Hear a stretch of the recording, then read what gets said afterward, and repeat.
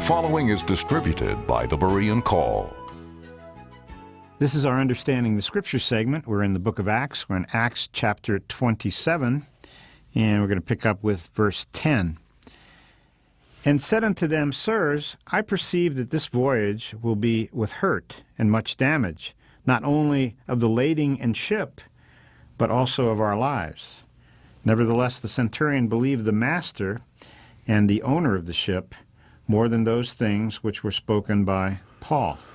Tom, I would say that God gave Paul insight, prophetic insight, because Paul is accurately telling them what is going to happen. But would this be a word of knowledge, Dave?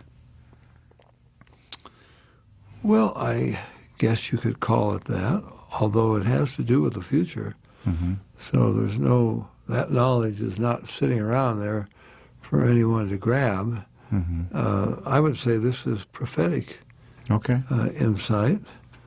And they do not yet know Paul well enough to have complete confidence in him, because I'm sure the master, that's the captain of the ship, and the owner, well, look, we've been sailing this area for years, and Paul is just an alarmist.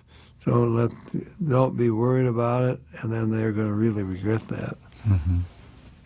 Verse 12, And because the haven was not commodious to winter in, the more part advised to depart thence also, if by any means they might attain to Phoenicia, and there to winter, which is an haven of Crete, and lieth toward the southwest and northwest. So it's a bad place to hang out, Dave.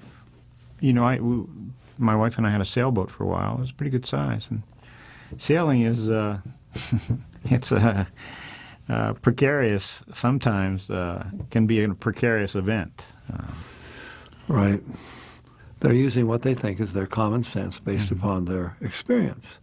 And they know where they want to go. So let's head for this other haven that is much better than this one. Right. And when the south wind blew softly, supposing that they had obtained their purpose, loosing thence, they sailed close by Crete. But not long after there arose against it a tempestuous wind, called a Euroclydon. And when the ship was caught and could not bear up into the wind, we let her drive. And running under a certain island which is called Clauda, we had much work to come by the boat, which, when they had taken up, they used helps, undergirding the ship, and, fearing lest they should fall into the quicksands, struck sail, and so were driven. I assume quicksands are talking about these vortexes that a storming sea can produce. What do you think? Well, I think it would be if you could get stuck, run aground. They're very close to this island. By the way, here's an illustration of what we've been talking about. We're being taken on a journey now. I don't think you could map this out a couple of hundred years later. And an island named Clauda, I don't know. It may not even be on a map. Sounds like a rather small one. Again, we have proof. This is written by an eyewitness, and it is historically, geographically accurate, as it is spiritually accurate. Verse 18, And we being exceedingly tossed with a tempest, the next day they lightened the ship. And the third day we cast out with our own hands the tackling of the ship. This would be apparatus to, set the sails, to do all kinds of work on aboard. They're getting desperate, obviously. They have given up any hope that they can guide this ship, and they are just trying to lighten it to what do they call it, the draft, to make its draft as small as possible in case they're going to run into shallow water. Right.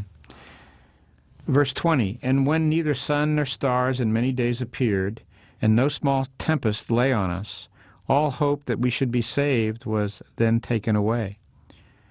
We've done everything we could do, and this storm is in control. We have no longer any control over the ship even, so I guess this is it. But after long abstinence, Paul stood forth in the midst of them, and said, Sirs, ye should have hearkened unto me, and not have loosed from Crete, and to have gained this harm and loss. And now I exhort you to be of good cheer, for there shall be no loss of any man's life among you, but of the ship. Paul has he's talked to the Lord, and he's telling them it's going to be okay. God is going to rescue us, but as I told you earlier, Paul says, going to be great loss to the ship, to the cargo, but no one's life will be lost. Well, that should have comforted them a bit.